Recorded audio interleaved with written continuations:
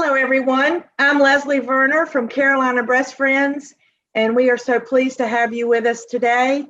And it is very nice to have Dr. Chasse Bailey-Dorton with us again. She has been our speaker in the past and has always been a favorite, so it's just really wonderful to have you back. She's a family medicine specialist with a subspecialty in complementary and integrative medicine. She is Chief of Integrative Oncology and an Associate Professor of Medicine in the Department of Supportive Oncology at Atrium's Levine Cancer Center. She is also a breast cancer survivor.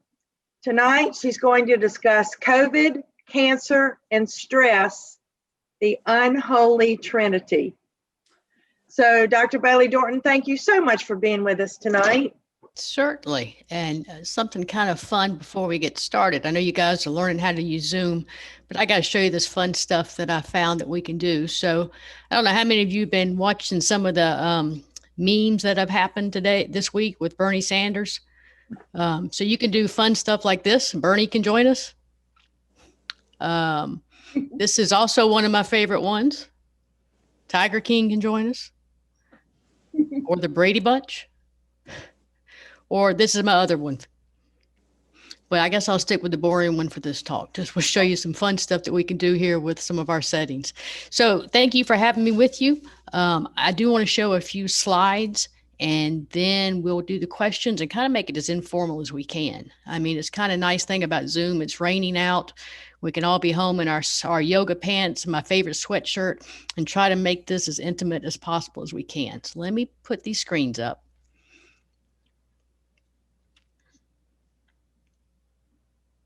Okay, so everybody can see the slides? Okay. Like I said, I can see a few people, but not everybody. So like I said, just stop me or put the questions in the chat box. All right, now let me get my slide. There we go.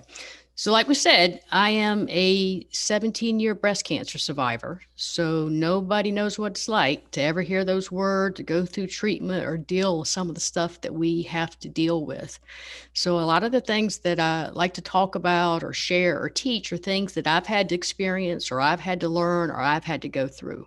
So I'm one of you. I've been there, and that's why we're all going to get through this together, is when we learn and help each other out. So the place we are right now is different than, we're almost at a year now of dealing with this quarantine, and it's getting a little tired for everybody, I think. And it's bringing some new stressors for everybody from, fears and isolation. It's just a new time period for us.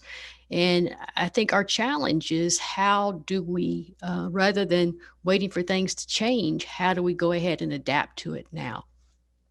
So I found this poem the other day that said, what if 2020 isn't canceled? What if 2020 is the year we've been waiting for? A year so uncomfortable, so painful, so scary, so raw, that it finally forces us to grow. A year that screams so loud, finally awakening us from our ignorant slumber. A year we finally accept the need for change, declare change, work for change, become the change. A year we finally band together instead of pushing each other further apart. 2020 isn't canceled, but rather the most important year of them all. And I think that kind of sums up to where we have to kind of approach this and go forward with everything going on. And so what I wanted to just talk a little bit about first is just explain, what is stress? Because we talk about having stress, but do we actually know what that means or how that affects us? So stress is the perception of a threat, and this threat can be physical, the old prototypical tiger chasing us and we're trying to run away, or it could be psychological, worrying about something, a physical challenge, or starting just with our thoughts. It doesn't have to be the tiger chasing us. And we have this challenge and we feel overwhelmed by it. Some people say it's just what life does to us every day, but sometimes there's added stressors that we deal with as survivors. And in the short term, this stress is protective. So if the tiger's chasing us, we want to be able to activate our muscles and increase our heart rate and get strong to run away from it. But when that stressor is chronically turned on, that's when it can start to have some adverse effects for us. And I think most people have heard of the fight or flight response. Well, now we have fight, flight, or we think what's a third aspect called freeze, where you just become so overwhelmed, you just stop doing everything and you can't really adapt to it. And I've seen a lot of people that just kind of feel stuck sometimes. In the short term, like I said, this fight or flight is good for us, and we're never going to get away from stressors, but we've got to learn to turn this reaction off and let our bodies heal and kind of come down from some of the stressors. Because if you have zero stress, you're asleep, you're not getting anything done. If you have too much, you kind of get disorganized. But there's also that sweet spot where we handle our everyday stressors, we're able to recover, we're able to get done the things that we want to get done. So we can't have zero stress. We just have to learn how to adapt and recover from the stressors that we have. I know most of us feel like this either when we get diagnosed, at the end of treatment, when something else happens new that we have to deal with. Most of us feel like we're going into it like this, but we've got to learn how we can kind of overcome this. And when we talk about stressors, I often say that one of the greatest gifts God gave us as women is we can multitask. One of the worst gifts God gave us as women is that we can multitask. We're trying to do too many things at one time. And that's challenging for us. And another thing that we're dealing with right now is this daily information overload. I know I struggle with this, whether it's the Instagram, the Twitter, the internet, the news, the radio. It's just nonstop. I mean, I'm old enough to remember when it was the morning paper and the 5 o'clock news. And that's about what you got. And now it's just, and you get a magazine every once in a while in the mail once a month. And now it's just nonstop and we can't really process it all. This non-ending work. Now that so many folks are working from home, there's not that division between work and coming back home. It's just kind of blending all together. And there's certainly financial stressors right now for us. And we deal with that anyway as a cancer survivor. There's this physical distancing and isolation that we're going through. And then there's the stressors that come with us as cancer survivors, whether that's fear of recurrence or dealing with treatment decisions or dealing with side effects of treatment. And so many times when we have stress that starts with our thoughts, those thoughts always focus on things we don't want. So let's say that I decide to sign up for the Komen 5K this year. I'm not stressed out that I'm going to win the race. I'm stressed out that I won't be able to finish or I won't do well or something like that. The stress-related thoughts are always negative thoughts. And so there's not always a tiger chasing us. Sometimes it's the thoughts that we have in our head that can make us stressed. And that's opposed to positive thoughts that focus on what we want. Our stress thoughts focus on negative things. So I've also told my kids, you can't control what happens to you. But when something happens to you that's bad or stressful, we have 3 choices. We let it define us, we let it destroy us, or we let it strengthen us. And so we have to figure out how to get a handle on some of these stressors so that it doesn't take away our future. I've had patients before who were, suddenly when you get that diagnosis, they're so fearful of what could happen and not being able to spend times with their kids. They're not spending time with the kids because they're too worried about what could happen instead of taking charge of that opportunity that we have in front of us. And I always like to put this in here too, to remind us that breathing is the one thing we have that's controlled consciously and unconsciously. And when we get stressed, we tend to hold our breath. We don't breathe deep, and then it makes us feel more anxious. I mean, I've had patients in the office, and I'm like, look, you haven't taken a deep breath since you've been in here. Let's just stop and kind of break the stress cycle. So that's one thing to start paying attention to when we feel like we're getting on that border of being too stressed. And so we're not going to get away with daily stressors, but we have to figure out what can we build into our daily life to help us turn off that stress response. Sound. We have a great music therapy program because music is a great way to turn off that stress reaction. Prayer, meditation, which is a form of prayer, mindfulness, which is focusing on where you are right now, what you're doing, not thinking about what's happened in the past or not worried about what's happening in the future. Yoga is a great way because part of yoga is focusing on your breathing. And when we focus on that breathing, it turns off that stress response. A gratitude journal. Every day, write down 3 things that you're grateful for is enough to make you start to focus on the good things. Guided imagery, there's a lot of guided imagery programs out there, massage or muscle relaxation, and sometimes just dedicated silence, which is pretty hard nowadays almost. I always put this in here to remind us too that I think during the COVID and some of this isolation, I think folks are getting a little bit too much alcohol. I mean, I hear it all the day. It's just something we're turning to that's not the best thing for us in this situation. So you got to start looking at our alcohol intake.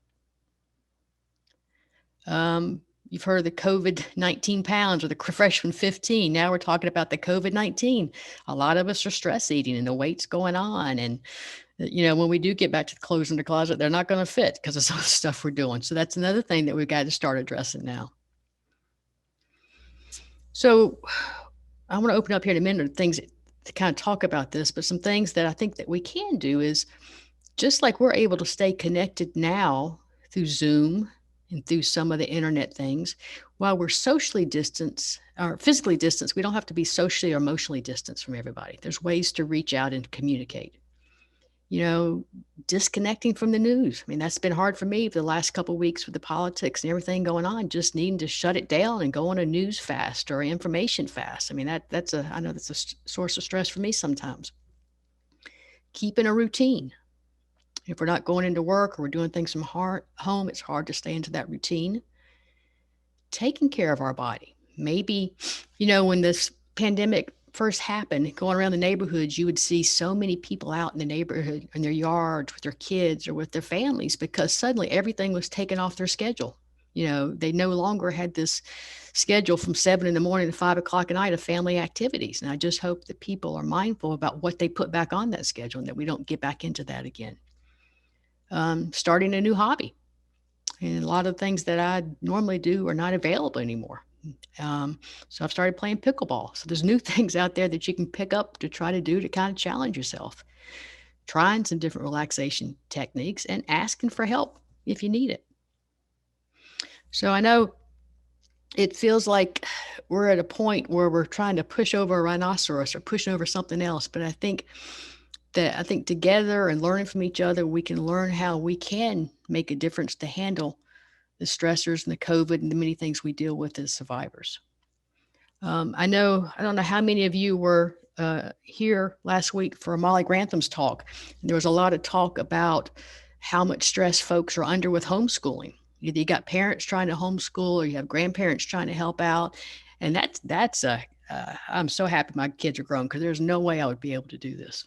So that's a challenge for us. And like I said, just the fear of getting this infection or getting the vaccines or what we can do with some of that. So I'm going to stop sharing and let's open it up to hear what you guys are doing or how things are going for you.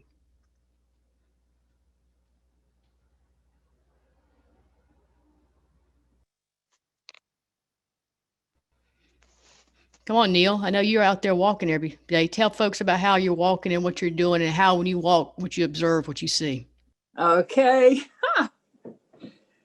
Thank you for your talk. It's great to see you. And for those of you who have not been to see Dr. Bailey-Dorton, I highly recommend you do. She is fabulous. I used to go to the gym just religiously, and of course it closed down.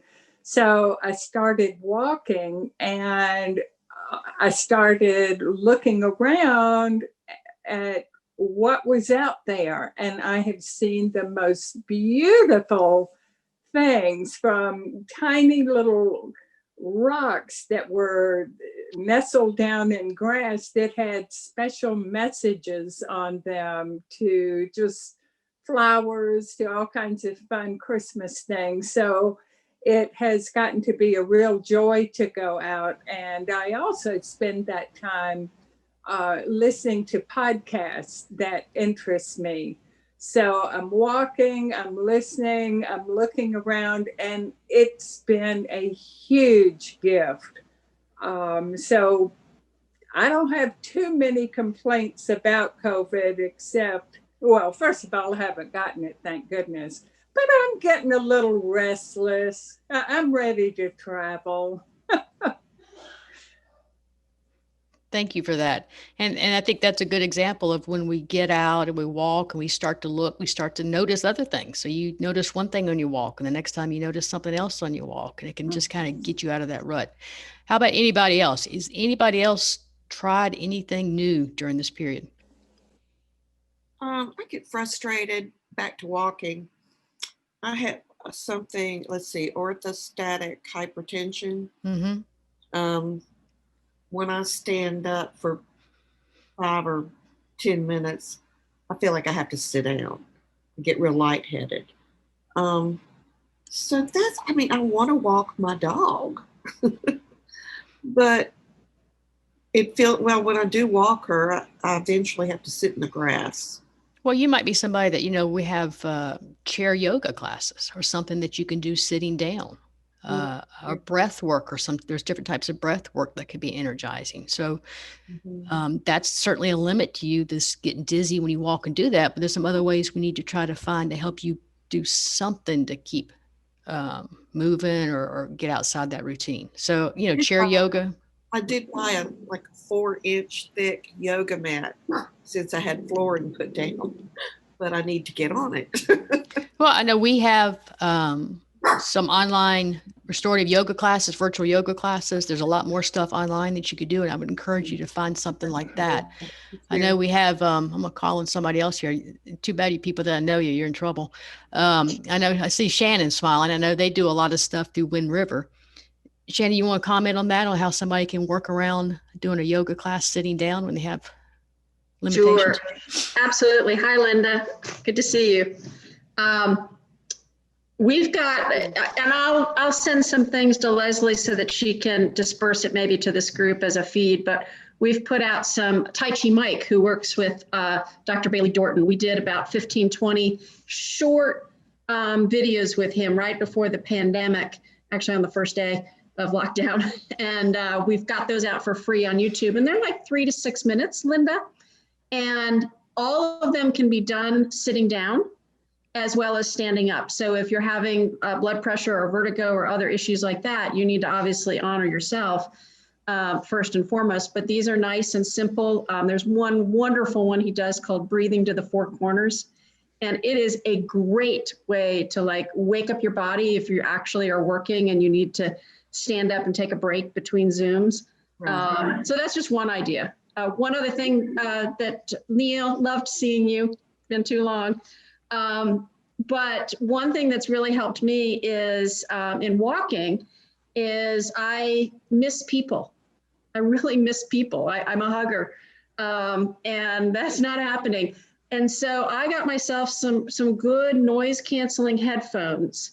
And when I go walking out in the woods every day, I'm able to call up a friend and just talk to them on the phone while I'm walking. So I'm talking and walking and not sitting still. And I'm getting some of that heart connection that I need. Thank you. Kathy? Hi, I'm Kathy Kane. I like to ride my bicycle. I have a bicycle and I have a nice neighborhood and other neighborhoods, but I usually stay in the same circle and I just go around and around and around, or sometimes I try to change it up, but I like to stay where there's no cars or no people. So I found a good route and I just get on my bike and I love that. It's a little cold to do that now, so I bundle up sometimes and do it anyway. Or I try to go for a walk, but I have a bad knee that kind of prohibits me from doing a lot of walking. So bike riding for me has really been a savior. That and music and my cat and my dog.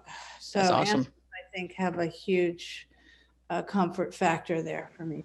That's awesome. Carolyn, did you have your hand up? Okay. Anything anybody else has found, whether it's physical activity, being outdoors? Shannon again. One thing I'm really absolutely going to say out loud is I started down that path of the COVID-19. Fortunately, I didn't get quite to that number. But last June, I joined an online program called Noom, which helped me with some of the mental things about food and exercise. And mostly I realized that I had been portion controlling with Dave for years. That was not smart. But in doing so, I was able to lose quite a bit of weight in the last 6 months. And I feel whole, I feel healthy. And so this time period is a time that we can choose our mental attitude a little bit and at least not gain anymore. And in some cases, there's lots of different tools. And I know the Pink House works with people on nutrition. And I highly encourage you to reach out and get some of that extra help, because it's not just that you're not always strong enough. There's some real tools and techniques that can help you put it back into alignment so you feel more whole.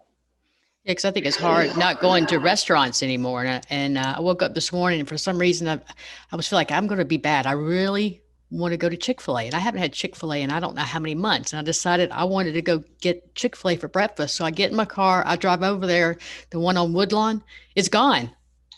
They've torn down the whole Chick-fil-A. They're rebuilding it. I said, okay, that's kind of my message to me that I don't need to go get that. But it was just like the whole restaurant was gone. But how are you folks doing with cooking at home? I mean, have you learned? I've had to, find more recipes now. How are you folks doing with the nutrition aspects at home? I'm trying to lose weight. I'm sorry. Go ahead, Sandra. Go ahead, Sandra. Hi. I actually just delivered chicken soup to somebody who just got diagnosed with COVID. But lots of cooking, actually cooking with friends via Zoom. So even that we're not together, we cook together, and we've done a lot of different things. We've done wine tasting. So even that you're alone at home, and I haven't set foot in a restaurant since last March, and won't, especially no igloo and all that fun stuff that they have now that don't make sense to me. No, just having a lot of fun. One thing I realized too, we got kids, and the kids started. Sorry, here we go. There we go. Sorry, I lost you. The kids started to cook as well, so it's kind of fun to teach the kids.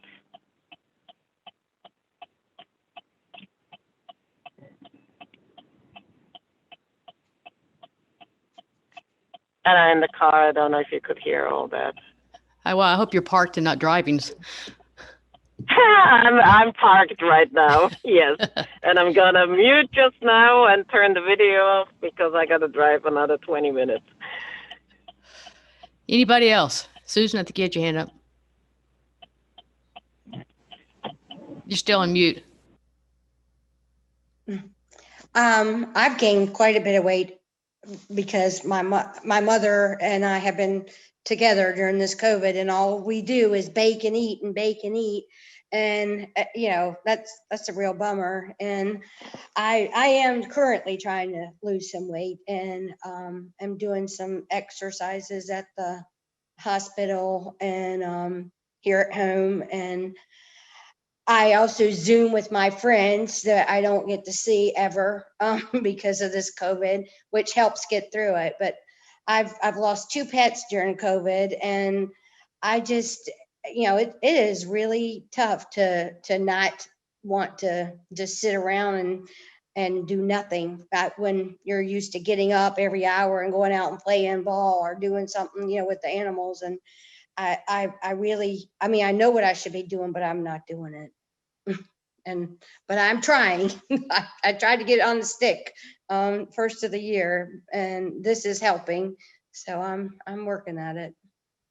I mean, I think hopefully each of us should have at least one goal that we want to do to make ourselves better through this. How about some people sharing what's one thing they could do to improve their health or improve their mindset during this time?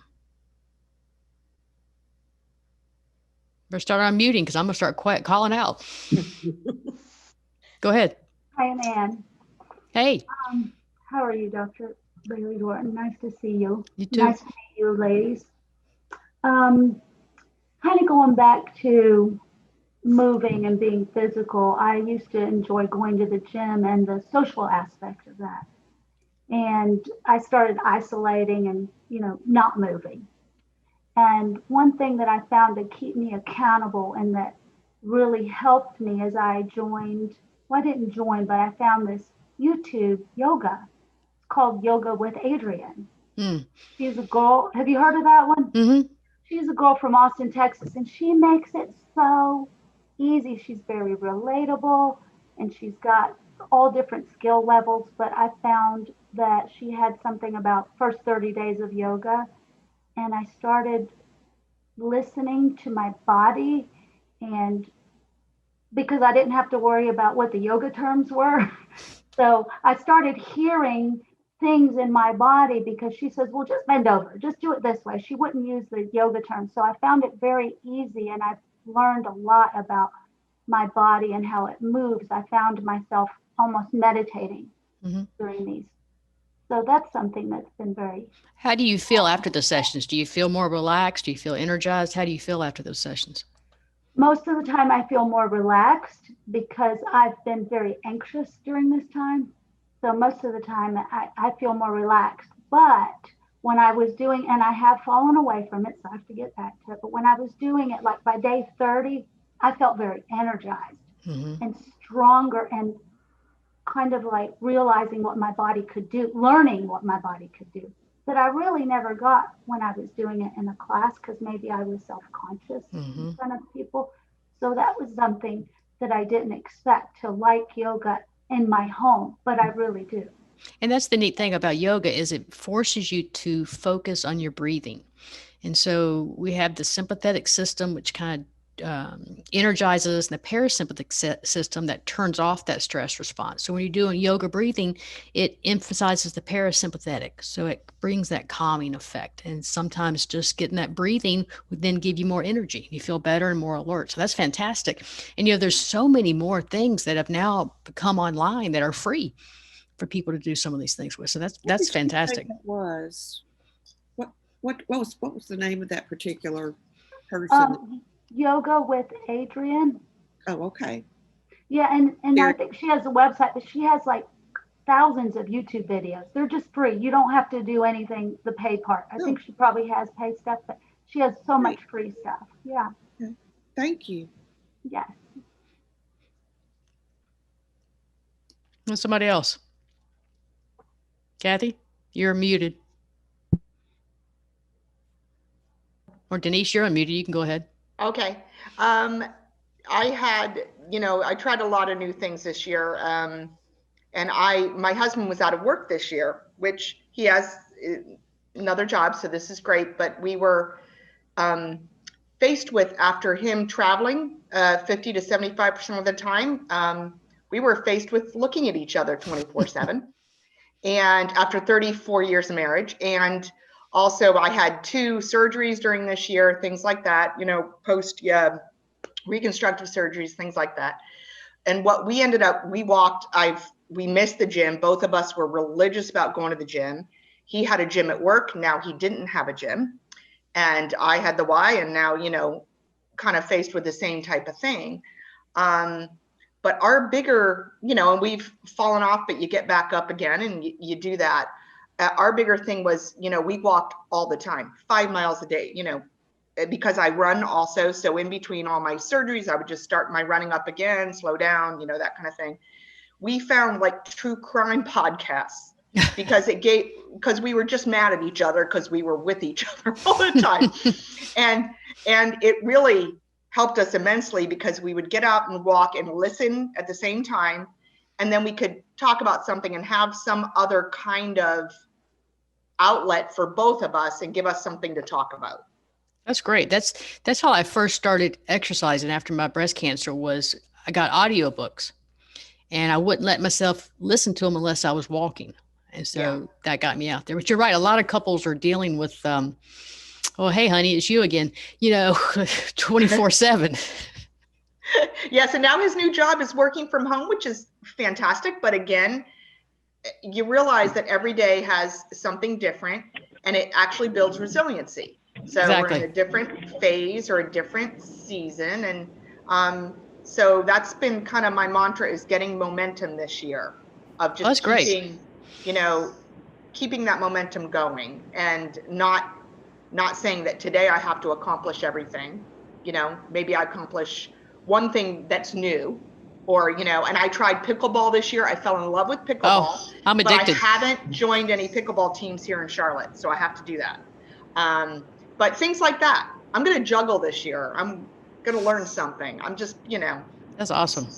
so. Somebody else? Kathy? Staying right here again. Sorry. Go ahead. I found something very surprising actually during COVID, what I never expected, and that was having more time for myself, because I was working more from home and everything slowed down. So suddenly I have been able to take better care of myself and doing more things, be it the walking, I've done a lot with Wind River also. So that's for me the one of the very few big pluses about COVID. Life slowed down, and taking actually better care of myself. That's great, because I always say we need to be like when we're on an airplane. They tell you to put the oxygen on yourself first before you care for everybody else. And as women, we're not real good at that. Somebody else? Carolyn, go ahead.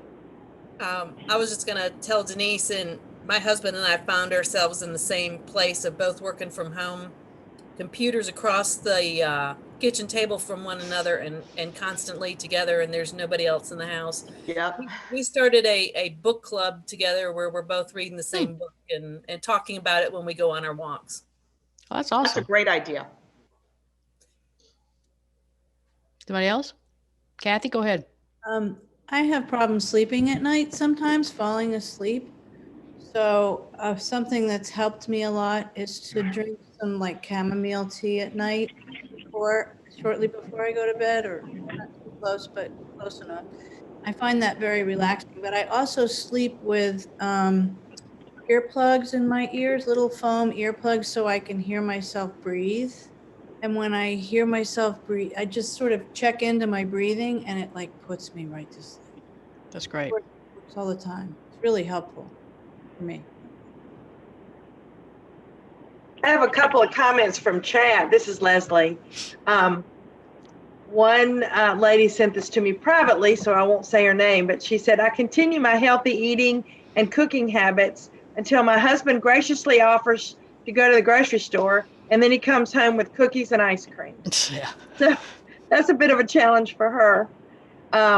Another survivor says she follows yoga online with Tim Senesi, Senesi, and you all can see this on your chat. And then Shannon from Wind River has given us the YouTube channel link for Tai Chi Mike's short videos.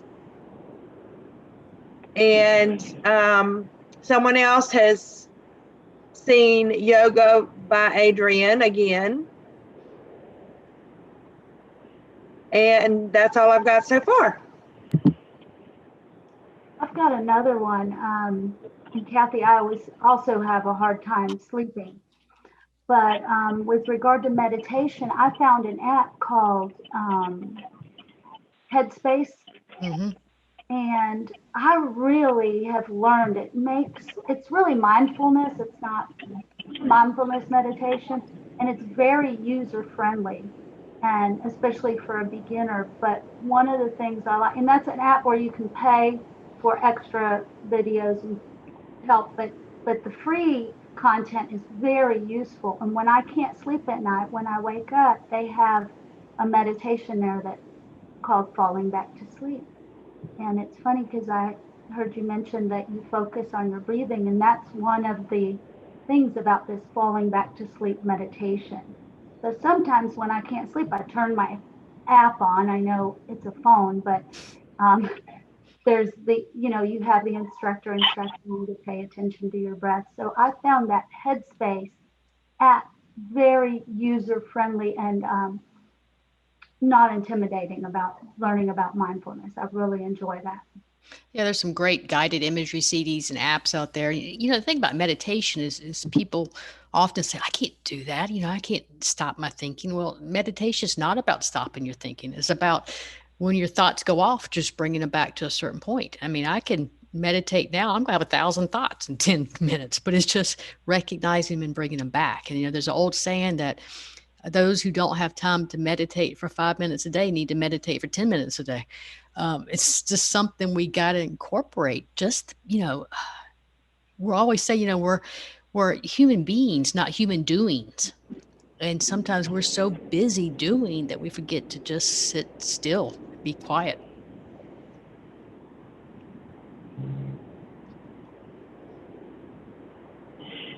When you talk about we're so busy doing, one good thing about COVID, it made me slow way down. And it has, at first it was kind of unnerving, but I've been a whole lot more calm and peaceful just because I'm not running around all over the place. And so that's been another advantage for me. Terry, how about you? You have not joined in. Do you have anything you can add?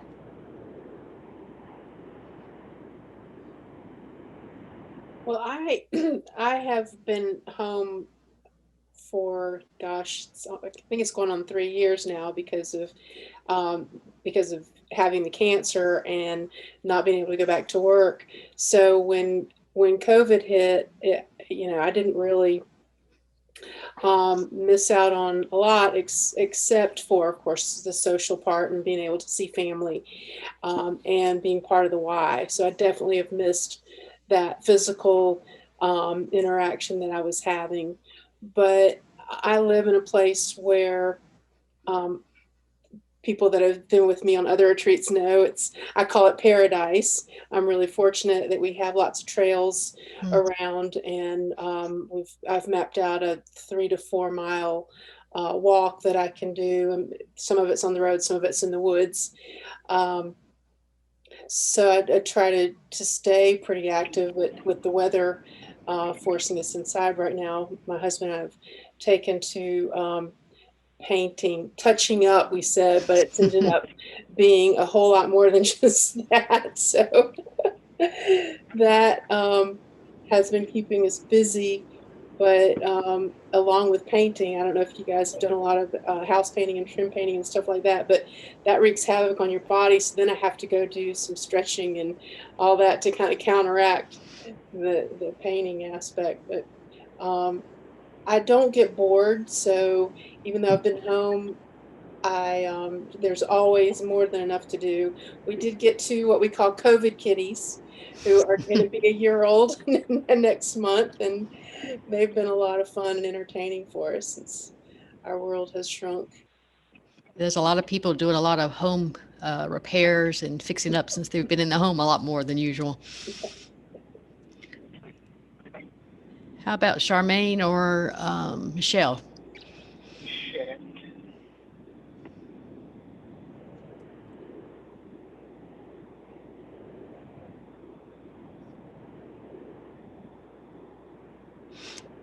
Someone mentioned Netflix, and I know that's kind of been our evening routine, is watching a lot of movies and TVs. What's the best Netflix or movie anybody's seen here the last couple months?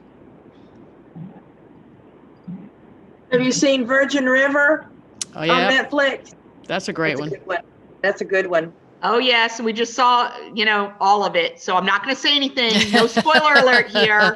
But our daughter, my 28-year-old will give us all the latest of mom and dad try this, that kind of thing. And so we go through all but Virgin River's one of our, I say guilty pleasures because it's, silly, Yeah. but Yeah, it was a good one.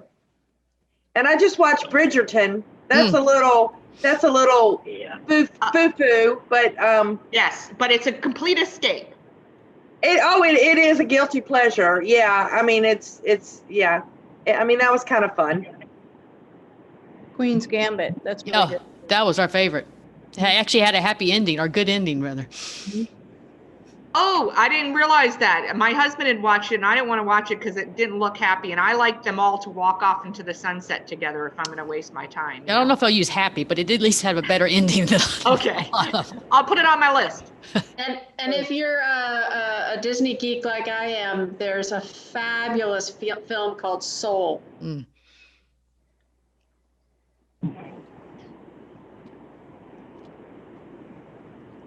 Then of course there was The Crown. I did all The Crown. Can't think of what other ones. Bloodline. I haven't seen that. It's a little on the risque side of things, but it's very interesting. It's good. It's kind of a dark dramedy. Yeah. Yeah, it's good. My husband is indulging me when it's not football that we're watching all the Hobbit and the, Tolkien stuff. So they're long. And so we don't, all watch them all at once. But so we're working our way through that when we feel like it.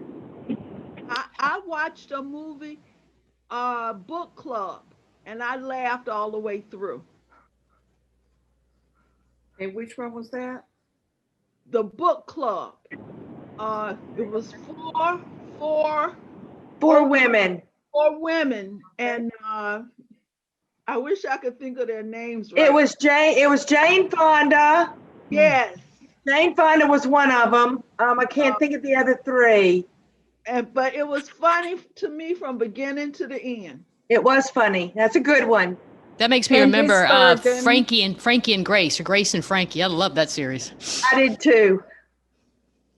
If any of you, I'm sure you've heard of F. Scott Fitzgerald and Zelda Fitzgerald, and it's a great series. It's called Z, as in zoo, the beginning of everything, and it just shows part of their lives, and it's really, really good. It's been out a while. Did you say Z, Z-E-E? Z as in zoo, the beginning of everything. Okay, thanks. It's pretty entertaining. They live a very wild, interesting life. That's some of the predictions, is that once all this is settled down and the virus is gone, that it'll be like the Roaring '20s that happened after the great influenza. Right. There's a prediction that people just go, wow, just go wild when we get let back out again. Right. Let's see. How about books? Chase, I was going to say, is there a prediction on population explosion as a result? I think that was early on, and now that people have been together for a year, that might go the other way. I'm getting a new grandson. That's probably part of it. Yeah, and I just got a new grandson in December, so yeah. Awesome. Yeah. Yeah, mine's coming in June. Mine's coming in June also. I've got a question. Several of us have mentioned, oh gosh, now we miss going to the gym and maybe we're not working out as much as we used to or working out differently. As a triathlete, I fall in that category.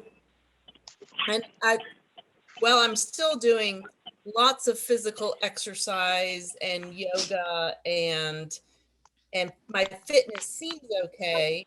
I feel guilty when I stop, and sometimes I feel like that guilt is probably unhealthy. Yeah, when this all started, I mean, I'm a regular exerciser and I just kind of fell off of it because, there were no races, there were no events to train for, there was nothing to plan. And I struggled for several months with that. And then now, like I said, picking up something different, tried the pickleball. I got back to my running group. So we go outside and, we have masks and we try to socially, of course, I always say my running pace, I'm dropped anyway. So I naturally socially distance because I'm so slow, but getting back out with some folks outside to exercise or, weights at home. What is pickleball? It's kind of like, somebody help me explain this. It's kind of like tennis, but it's on a smaller court and it's with a plastic ball. Huh. Okay. I first picked it up probably 6 months ago. I was at a retirement community visiting some people, and I played it, and all these 80-year-olds kicked my ass, and it just really made me mad. So now I've gotten into playing it a lot more. Yeah, been there, done that. I was introduced by our neighbors, and they're mid-70s, and I'm like, oh, and I said, what is that? He goes, well, it's kind of like tennis for older people. And I'm like, oh, okay, we'll try it. And wow, it's wow. Anyway, it was a ton of fun though, but I was really surprised. It's because you can play it outdoors, indoors. It's a little bit more social and we find it a little bit more friendly than some of the other sports that are out there. But Caroline, I do hear your point about feeling guilty for not exercising when that's your routine. No, I'm still doing it. And, I'm bad about adding extra miles on and trying to go harder and do more. And of course, I'm not training for events, but the guilt I feel about when I don't do it at the level that I should be is probably not healthy.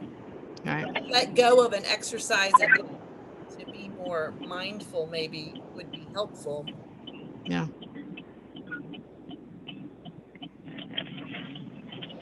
So we've talked a little bit about nutrition. We've talked a little bit about physical activity. We've talked some about sleep. I've heard some folks talk about some meditation or some yoga type activities. We've touched on other ways that we've stayed stimulated with some movies or some shows and a couple books. What other areas have you struggled with or you found that have really kind of filled your bucket through this? Sandra here again. One thing I've struggled with, and I'm very careful about going out and not mingling and whatever, but I have friends who literally have not left the house, and I mean the house.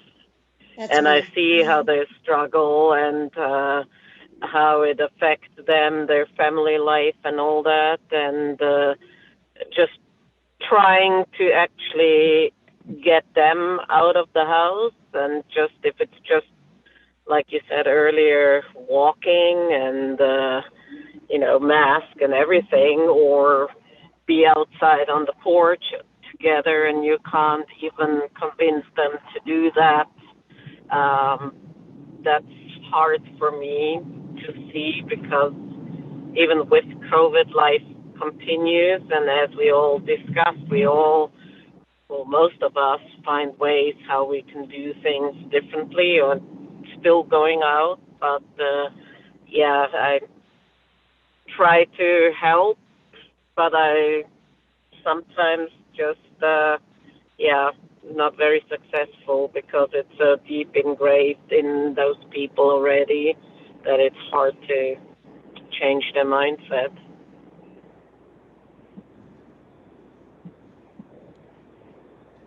I'm just so grateful for Zoom because that's how I've been connecting with people. And in some cases, I'm talking with my friends a whole lot more now via Zoom because they're all over the country, and we'll hook up on a Zoom call. And I really feel connected even through this machine, but Zoom has been a godsend for me. I agree. Me too. Are there tricks that you've learned to make it more intimate when you're doing Zoom with somebody?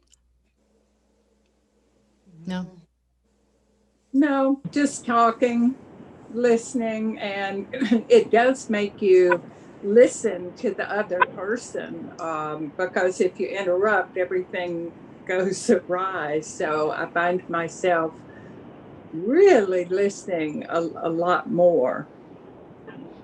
Yeah, and I think there are certainly some good things that have come out of it. Now that we could do so many virtual doctor's appointments. I've had people that can be at work and at lunchtime do an appointment. I can see patients that are in South Carolina, where before it'd be a 2-hour drive to get to a doctor's office, to wait 30 minutes in the waiting room, to have the appointment and drive back and all that stuff. So there's been some neat aspects of being able to bring that in. Of course, I don't get the hugs, but, and I was against it in the beginning, but now it's kind of gotten to the point where I kind of like doing it. It's a godsend for me, so I don't have to drive the 2 hours and wait. But I really am. I have one tomorrow, and I'm thankful I don't have to get up and drive in there tomorrow. And I'll have to brag on the staff that we have at LCS, some of my staff, how creative they've become at doing so many classes and so many programs online, whether it's our music therapist or the art therapist. I know Shannon and them have done some stuff where they send you the art supplies and then everybody does an art project together. I mean, how cool is that? Pretty awesome. I will say that one of my biggest challenges has truly been that my mom lives on the West Coast and lives by herself.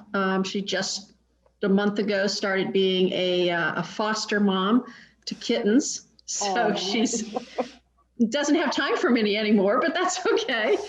In many ways we've touched base more often, but it's I gotta admit, it's hard that we can't reach out and touch. Yeah, the touch. And I think a lot of people, travel has been a big, planning that vacation or planning that family get together. I think that's been hard. And then, like I said, the restaurants, I think those are two areas that sometimes kind of stick out that is hard to replicate through a Zoom call. Absolutely. I agree 100% there. My entertainment bill or expense, I keep a budget, and what I have for entertainment has plummeted and what I have for food has gone way up because I'm not going to restaurants. And I miss that. Mm-hmm. Meeting friends for coffee. My travel budget is non-existent, so I'm saving money this year. So Neil, where's the first place you're going when things open up again? I want to go on a trek in Kyrgyzstan. While my 73-year-old body can still do it. That's down below Gastonia, right? No. to an unusual place that I wouldn't normally go. And where is that? Where is that? Oh, it's over Turkestan, all where the stands are, east of Russia. And I love this one company, World Expeditions. And so they have this trip, and I'm just itching to do it. I'm hoping in August I can, but who knows? I am getting my first vaccine on Friday, though. Hallelujah. Hallelujah. That's awesome. Through Atrium. Yeah, how many people have got their vaccines or on the list too? Okay. I'm on the list, but it's way down the list. Okay. Well, I know we're doing some big events. I know they had the one at the racetrack last weekend, and we're doing one at Panther Stadium. I think I'm giving shots on Friday. God help you if you get me, but you'd probably rather have a nurse, but we'll see. They're still doing all the 65 and over, correct? Mm-hmm.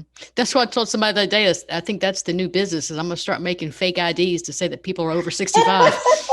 You'll make a fortune. That's a good one. My sister got hers. My sister is 71, and she got hers at Charlotte Motor Speedway. She said it was the most efficient, quick, wonderful experience. That's great. So things I'm counting on that myself. Chase, I'm getting questions, and maybe you know the answer to this.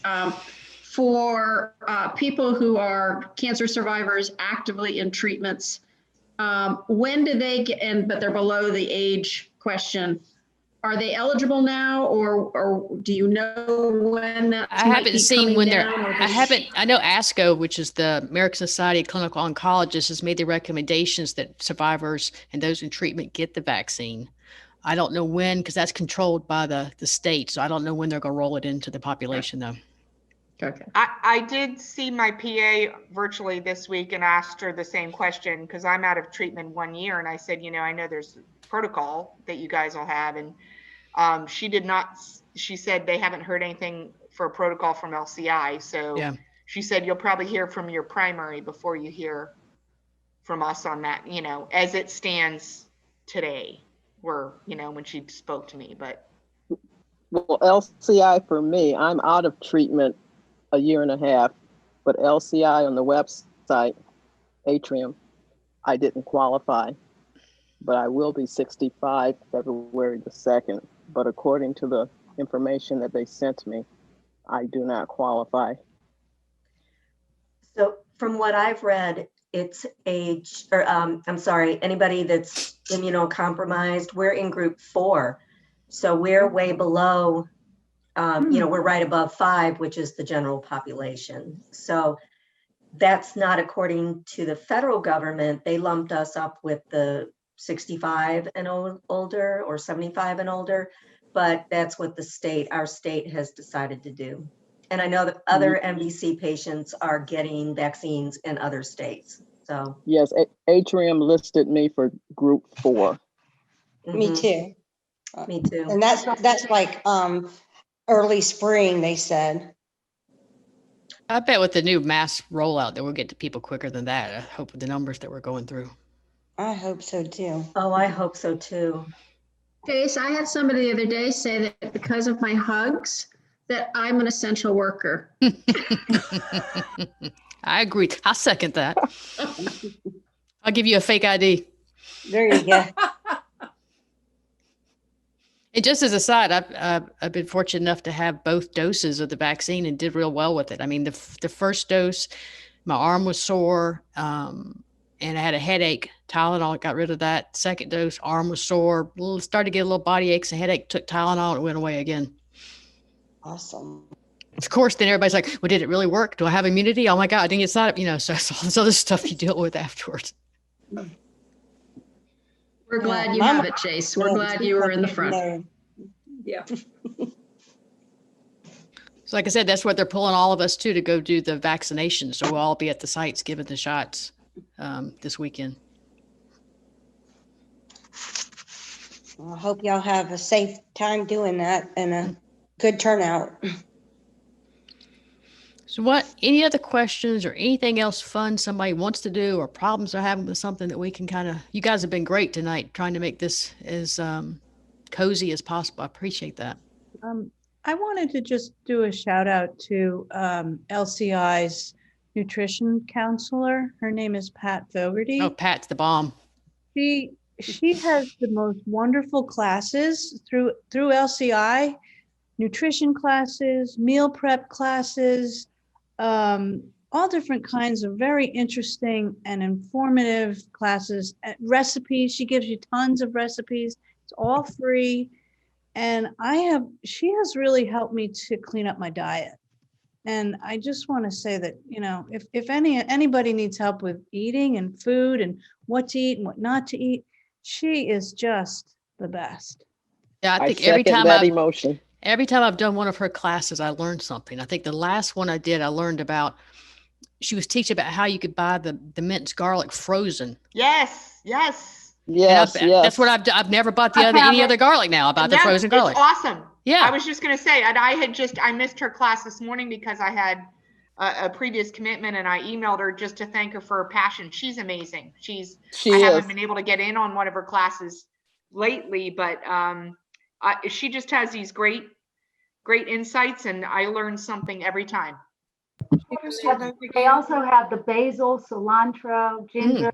Yeah, that's really neat. I like that.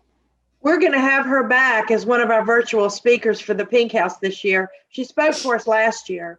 So everyone who's on tonight, just keep checking our calendar because in the next, I'd say 3 or 4 months, we're definitely going to invite her back. That's awesome. Can you hear me? Mm-hmm. I got my son. Get with your me. assistant there. Here. Yeah. So I guess my thing, I've been on my post-radiation, post-chemo surgery radiation treatment now for a year, and I'm thinking about switching. And so I'm on the most aggressive treatment, which would be Lupron injection with an estradiol, like an AI inhibitor. And I'm 40 this year. I was 39 when I was diagnosed. And I don't want to, this is like, I know, like more appropriate to ask a specific doctor. And I'm not asking you to give me a response, but I'm struggling with like making a medical decision. The reason I'm wanting to possibly switch is tamoxifen. We know that tamoxifen does not, it doesn't seem to have a negative impact on like Alzheimer's or cognitive health or dementia. But if you look at research around the AI inhibitor Lupron, so there's like no estrogen at all in my body. And I had an estrogen positive cancer. There's a lot of research in the Alzheimer's world showing women who go through menopause early or women who start their periods later in life, like age 16, 17, have a shorter window of estrogen, have a significantly greater likelihood of having Alzheimer's. And I actually my grandmother had Alzheimer's. I have a lot of people in my family history that have had Alzheimer's. And I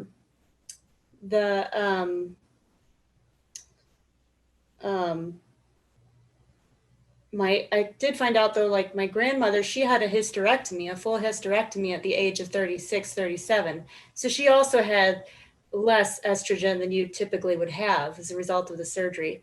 So I don't know, that's kind of been like off and on. I don't have, I work full time. I have 2 little kids. Don't have a lot of time to like devote to like seeking out the answer. I've talked to several people. I've talked to a neuropsychologist at LCI. I did the testing, the cognitive testing, and they were like, well, you don't have Alzheimer's. Well, I know at age 40, I don't have Alzheimer's. That's, it's just trying to find, like, I want to be convinced to stay on the current treatment because I have no side effects. I really don't have any issue with it.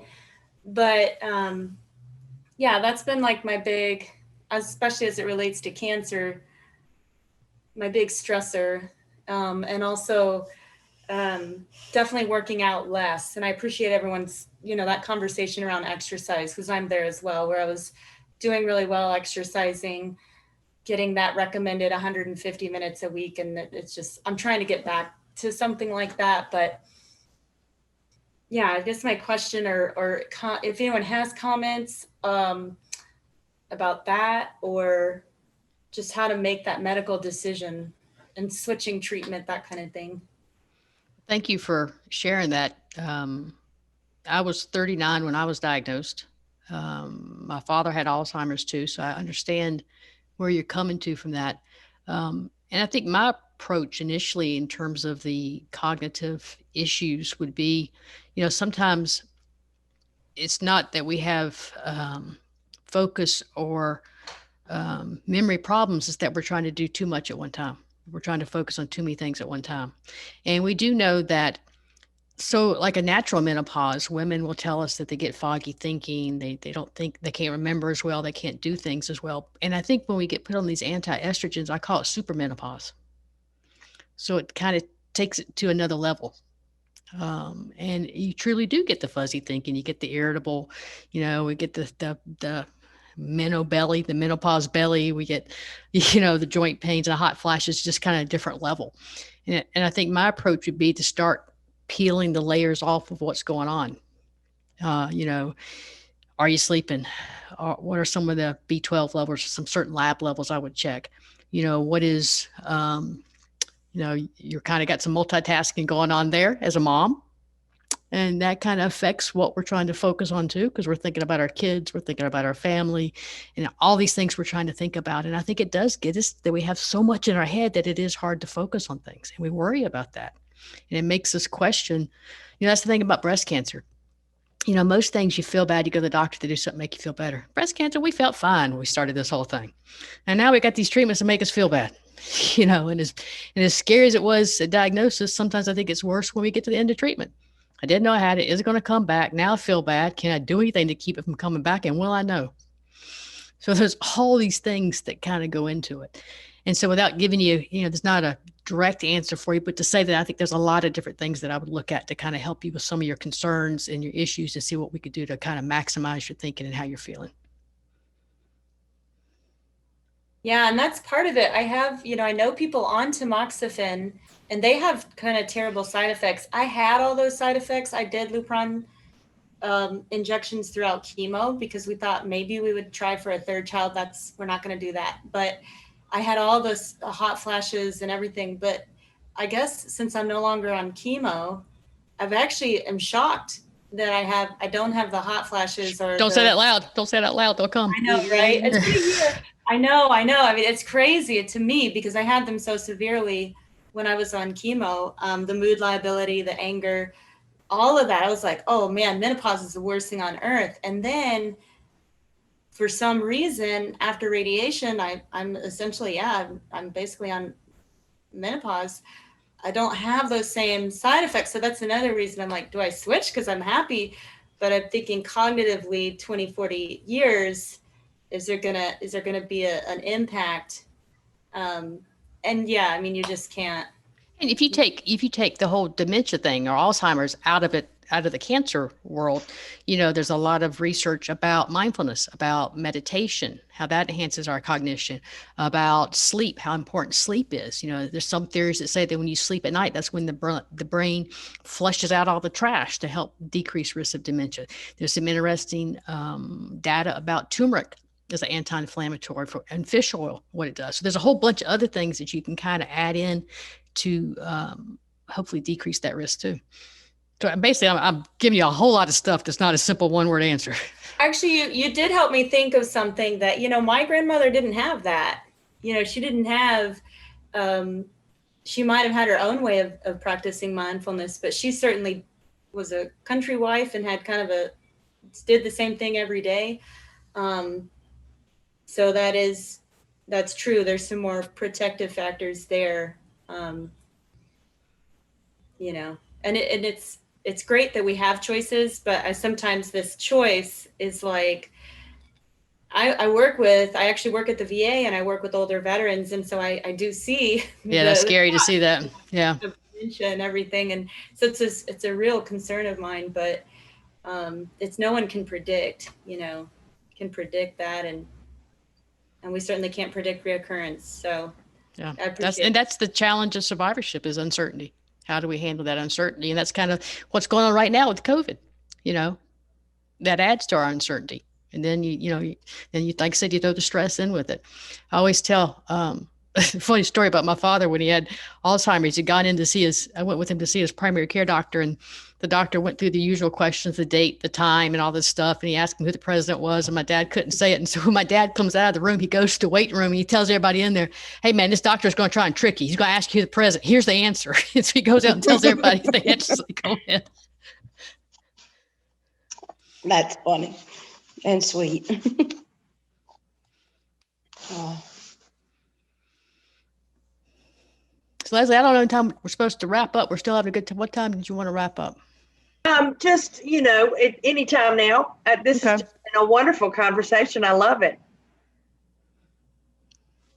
Does anybody have anything else they'd like to ask Dr. Bailey-Dorton?